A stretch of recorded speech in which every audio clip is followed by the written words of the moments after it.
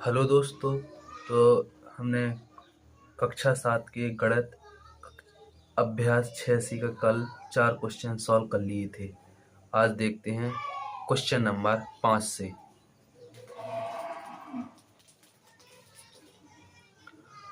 पांचवा क्वेश्चन कह रहा है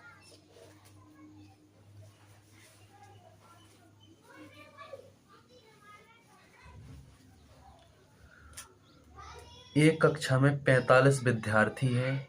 यदि छात्राओं की संख्या 2/3 हो तो छात्राओं की संख्या बताइए। तो जिसकी हमें ज्ञात करनी पड़ती है हम उसी को मान लेते हैं। तो आइए देखते हैं।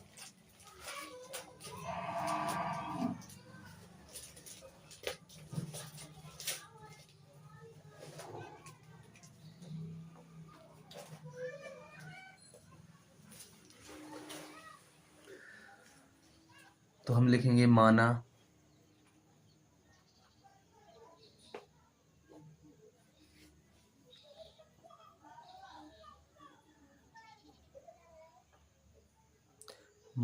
छात्राओं की संख्या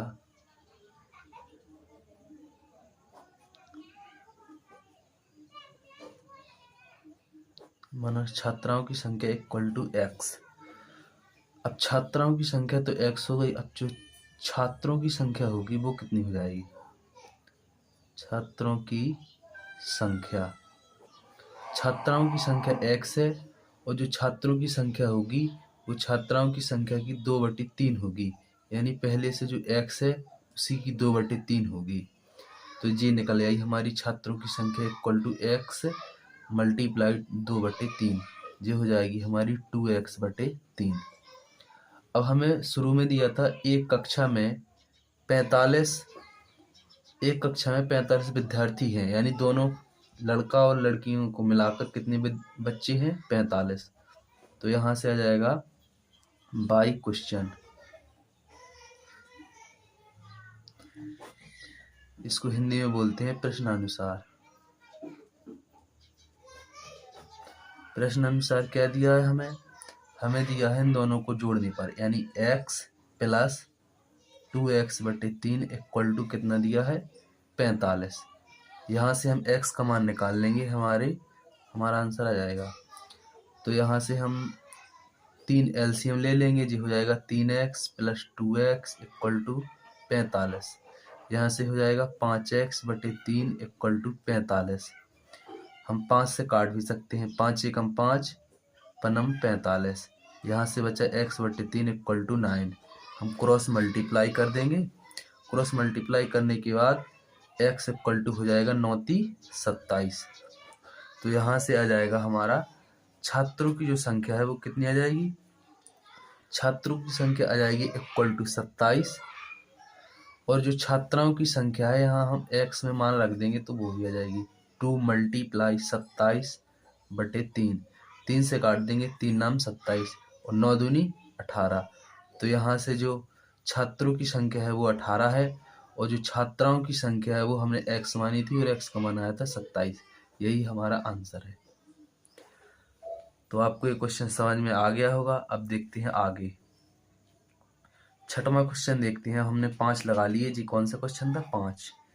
छठवां क्वेश्चन कह रहा है एक संख्या के 1/3 भाग में से उसका 1/4 भाग घटाने पर 4 शेष है, संख्या बताइए। तो देखिए इसको कैसे सॉल्व करेंगे। एक संख्या की हमने संख्या पता नहीं है तो हम मान लेंगे माना संख्या बराबर x। जब संख्या पता नहीं है तो हमने मान ली संख्या x है। अब एक संख्या के 1/3 भाग, यानी x का 1/3 भाग, x मल्टीप्लाई 1/3 ये हो जाएगा।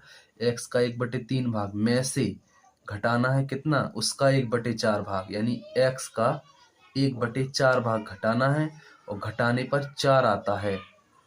तो संख्या बताइए। तो यहाँ से आ जाएगा x/3 minus x/4 equal to 4। यहाँ से हम 3 और 4 का एलसीएम ले लेंगे तो 12 आ जाएगा। 12 आने पर हम इसको अब सॉल्व करेंगे। 3 चौकी 12 4 बार गया और 4 × 12 3 बार गया इक्वल टू 4।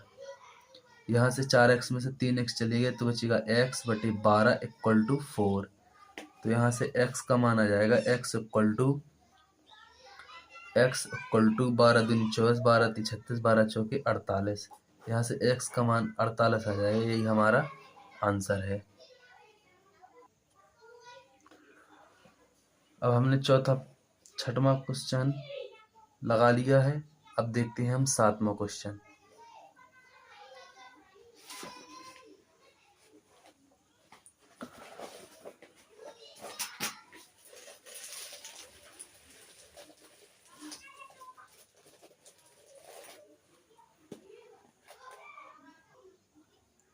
ये रहा हमारा 7वां क्वेश्चन। 7वें क्वेश्चन में बोल रहा है आदर्श, डेविड और हमीद का कुल भार 44 किलोग्राम है। यानी इन तीनों का भार कितना है? 44 किलोग्राम।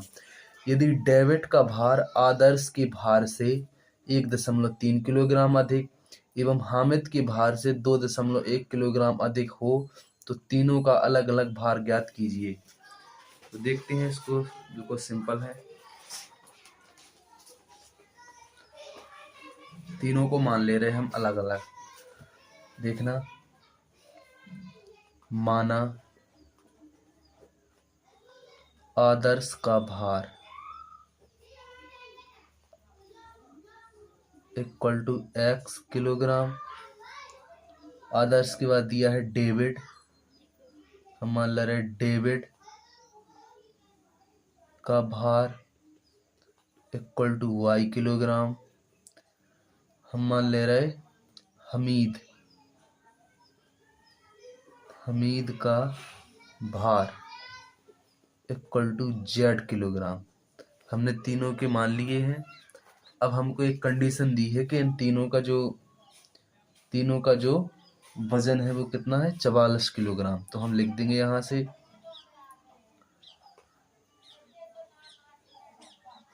हम लिख देंगे कि दिया है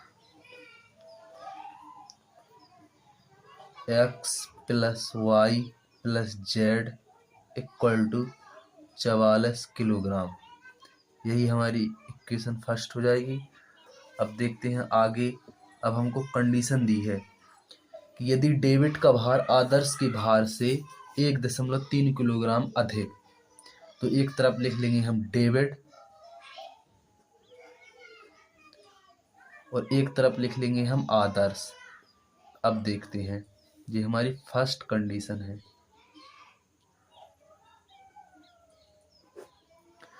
फर्स्ट कंडीशन में बोल रहा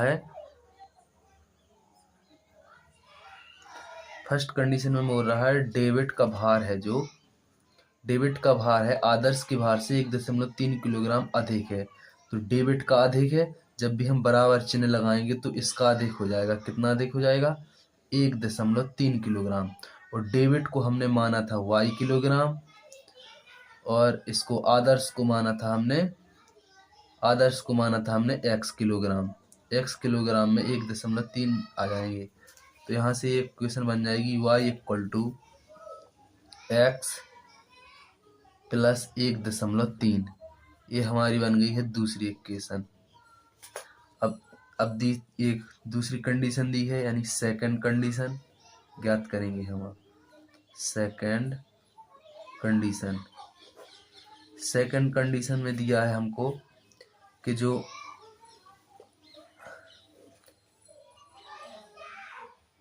एवं हामिद के भार से 2.1 किलोग्राम अधिक है।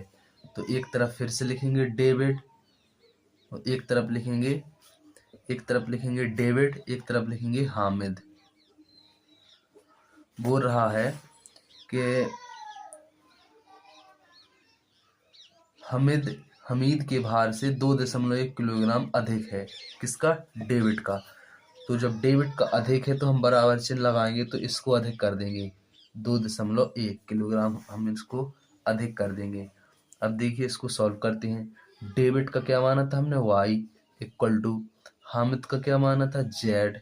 तो ये हो जाएगा z प्लस 2.1। अब देखते हैं हम, जो हमारे पास इक्वेशन थी पहली वाली, ये हो गई हमारी तीसरी इक्वेशन होने पर अब देखिए हमको x मिल गया, y मिल गया, z मिल गया। अब हम इन तीनों के मान समीकरण 1 में रख देंगे। तो देखेंगे आप,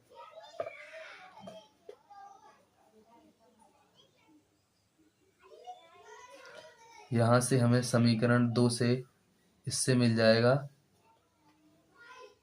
z बराबर y, जिस साइड आ जाएगा तो माइनस में आएगा, -2.1। यहाँ से हमें z की वैल्यू मिल गई और यहाँ से हमें x की वैल्यू मिल जाएगी। देखिए यहाँ से हमारा x बराबर कितना हो जाएगा, y जिस साइड आएगा तो माइनस को जाए, माइनस का 1.3, y -1.1। यहाँ से हमें x का मान मिल गया। तो हमें दोनों मान समीकरण 1 में रख देंगे। हम लिखेंगे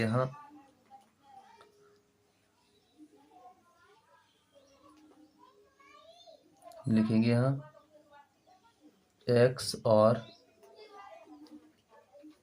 z का मान समीकरण 1 में रखने पर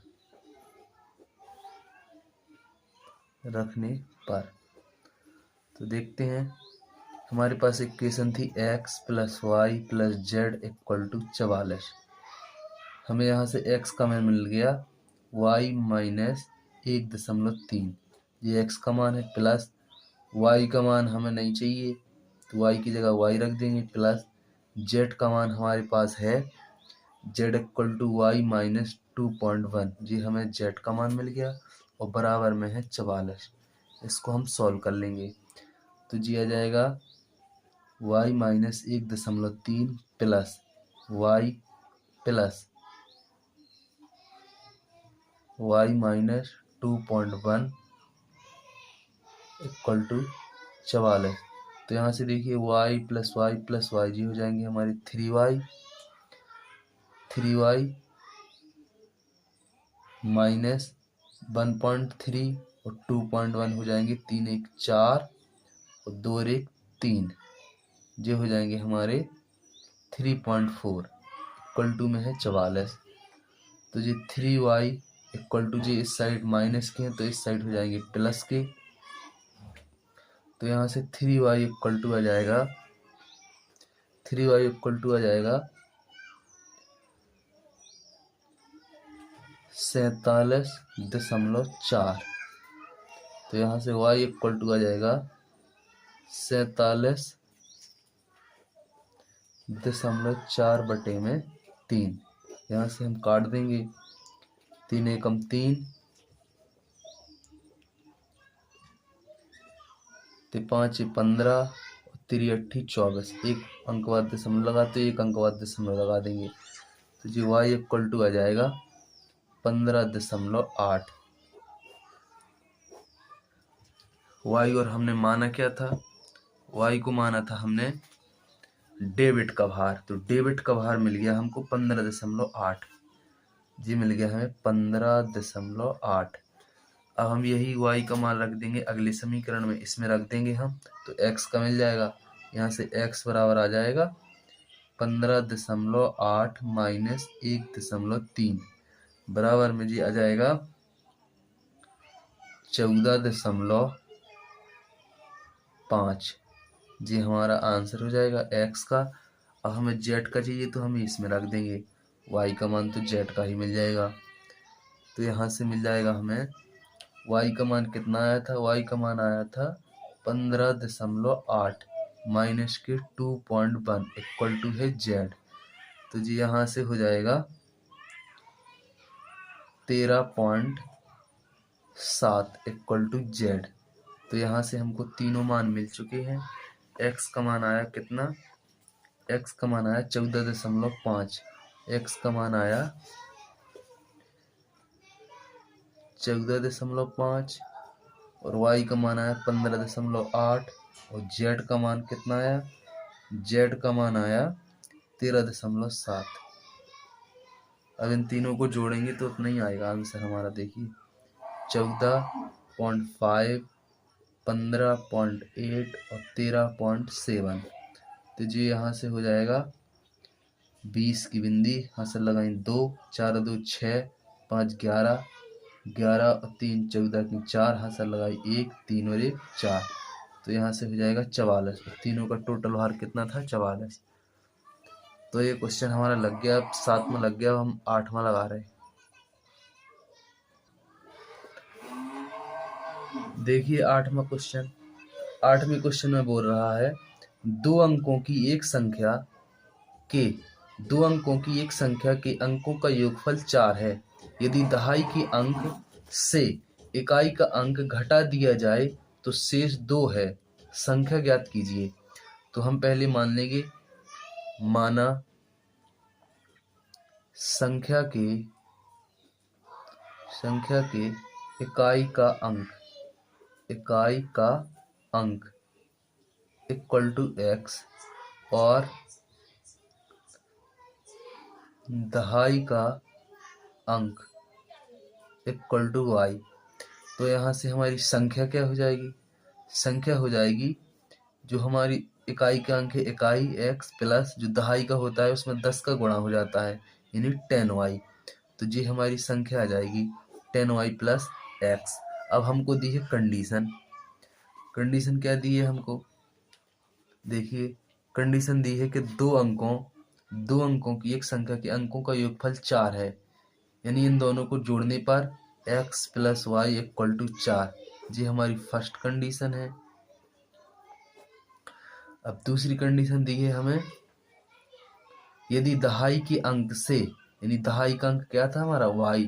दहाई के अंक से इकाई का अंक यानी x घटा दिया जाए तो शेष 2 बचता है।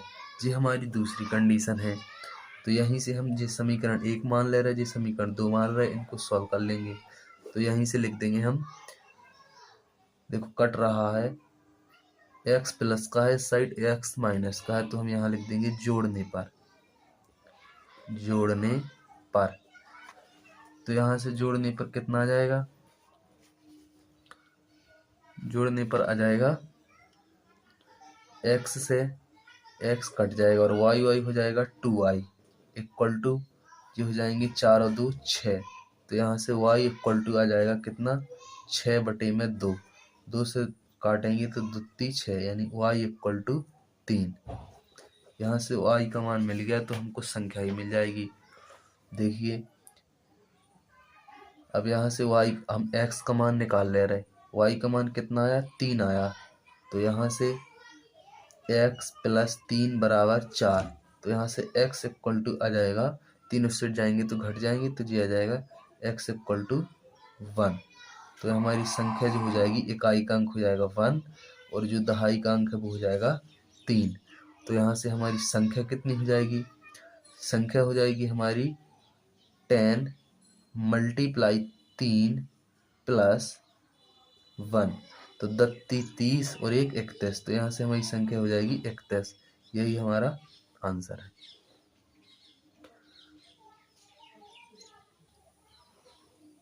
हमें लगाना है अब 8वां क्वेश्चन।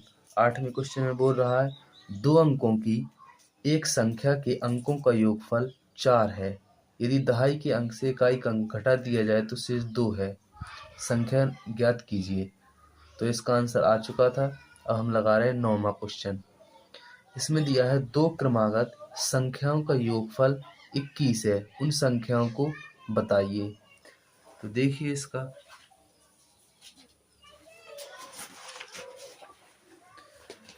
इसमें बोल रहा है दो अंकों की एक संख्या के अंकों का, दो क्रमागत संख्याओं का योगफल, इन जो क्रम से होती हैं, जैसे माना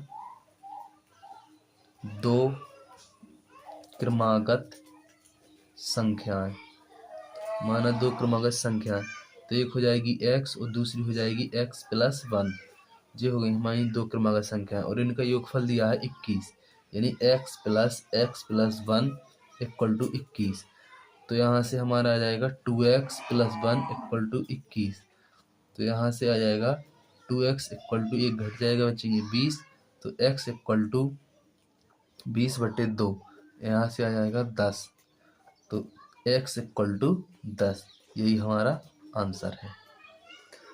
अब देखते हैं 11वां क्वेश्चन। ये कौन सा था? ये था 9वां क्वेश्चन। स्क्रीनशॉट लेना हो तो ले सकते हैं आप। अब देखिए आगे 10वां क्वेश्चन।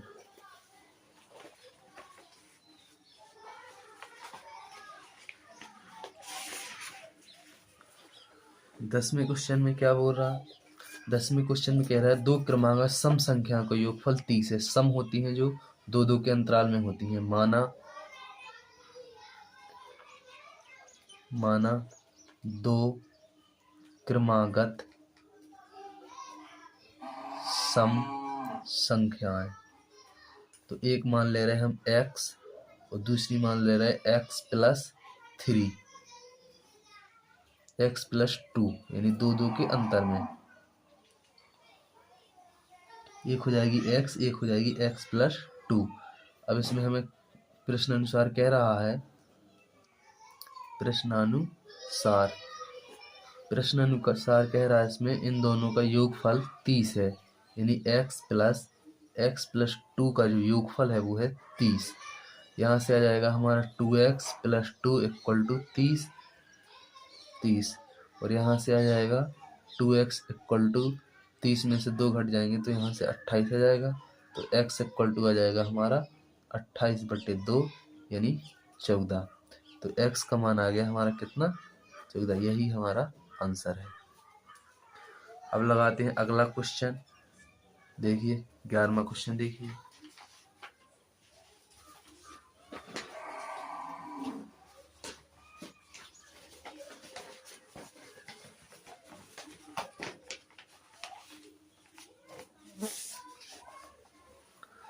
ग्यारहवें क्वेश्चन में बोल रहा है दो क्रमागत विषम संख्याओं का योगफल 40 है। तो इसमें ऐसे इसमें मान लेंगे माना दो विषम संख्याएं, एक हो जाएगी x, एक हो जाएगी x+2। अब इसमें कह रहा है यानी प्रश्न अनुसार यानी बाई क्वेश्चन, प्रश्न अनुसार बोल रहा है इसमें इन दोनों का योगफल कितना है? 40 है, यानी x+2 = 40। तो यहाँ से आ जाएगा 2x+2 = 40। तो यहाँ से आ जाएगा 2x = 2, उस साइड जाएंगे तो माइनस में हो जाएंगे तो घट जाएंगे, आ जाएगा 38। तो x = आ जाएगा 38/2। 2 से काट देंगे, 2 एकम 2, 9 दूनी 18 यानी 19 दूनी 38। तो x का मान आ जाएगा 19। यही हमारा आंसर है।